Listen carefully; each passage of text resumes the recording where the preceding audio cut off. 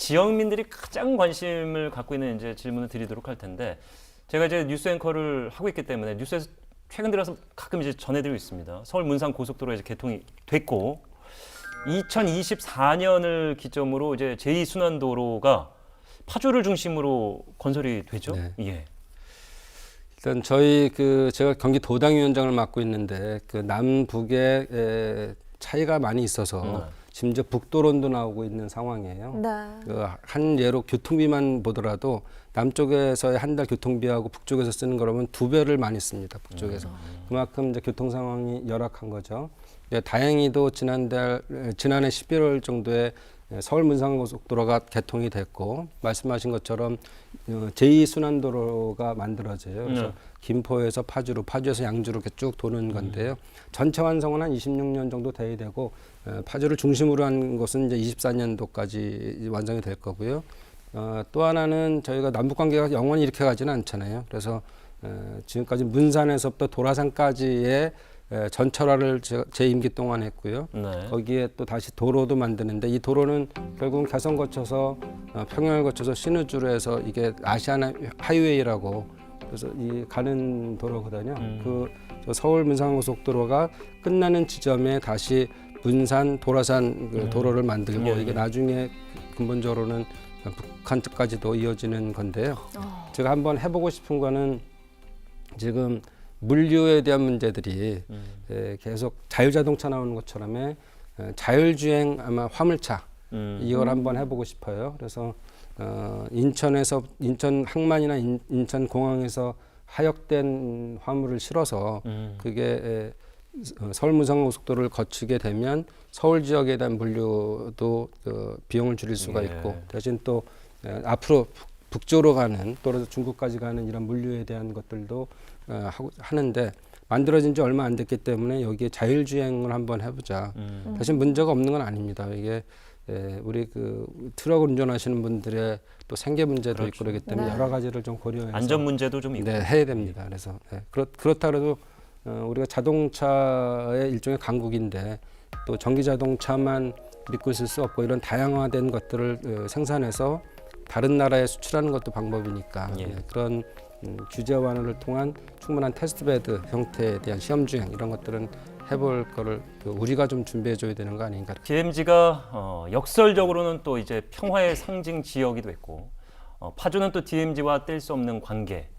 평화의 상징을 만들어가는 그런 노력을 파주시가 계속해서 해왔습니다. 저도 뭐 작년에는 영화제를 열지 못했습니다만 코로나 때문에 DMZ 국제 다큐 영화제도 제가 뭐 진행 자주 가봤고 그런데 그런 일련의 많은 사업들이 진행이 되어 왔고 2021년에도 분명히 준비가 될 텐데 어떤 것들이 있는지 몇 개 좀 소개해 주시죠. 네. 예산 차원에서 보면요 한 두 가지 사업이 있는데요. 저희가 53억 정도 들여서 ICT 평화 테마 공연과 그다음에 요즘 실감 컨텐츠라는 걸 얘기 많이 하잖아요. 그래서 실감 미디어 컨텐츠 체험실 이렇게 해서 그거를 지금 지을 생각이고요. 그래서 이것이 단순하게 말씀하신 것처럼 이게 평화와 화합의 장이 돼야 되는데 그동안은 이제 분단과 냉전의 상징이었잖아요. DMZ요. 그래서 이걸 바꾸고 또 세계 유일한 곳이기 때문에 우리 국내에만 알리는 것이 아니라 세계적으로 와서 그걸 실감하면서 평화의 중요성도 느끼고 관광 자원화시키는 게 중요하다 해서 실제로 이루어지고요. 또 하나는 이제 DMZ 평화예술 사업이라 그래서 일종의 지붕 없는 박물관입니다. 그래서 건축까지는 아니어도 건축일 수도 있고요. 그러니까 그런 설치 미술을 통해서 실제적으로 느끼게 하고 체험하게 하고 할 생각인데요. 이게 용역비 3억밖에 안 되지만 뒤에는 380억 정도가 준비되어 있어서 세계 유명 작가들을 좀 초빙해서 단순하게 우리 국내에서만 할 게 아니라 그분들이 공모를 해서 공모 사업을 통해 갖고 정말 제대로 된 체험할 수 있는 그런 시설을 만들려고 하죠. 이제 이런 것들이 이루어지면 소중한 문화 이제 유산일 뿐더러 이제 관광 자원이 되잖아요. 그러면 그동안 파주의 임진각을 중심으로 꽤 외국인들이 와서 안보 관광을 주로 많이 했어요. 그런데 이제 안보 관광이라는 걸 벗어나서 평화 관광을 이제 하는 계기가 될 수 있다고 생각합니다. 예. 자, 파주뿐만 아니라 이 미군 밤환 공여지에 대한 개발로 들썩이거나 기대감을 갖고 있는 지역들이 몇 군데 있는데 이제 파주에도 원룸면에 캠프 에드워드 맞죠? MOU를 맞습니다. 네, 체결했습니다. 네, 네. 일정도 궁금해하시는 분 많을 것 같아요. 네. 그 현대 엔지니어링하고 지난해 말에 그 파주시하고 MOU를 맺었고요.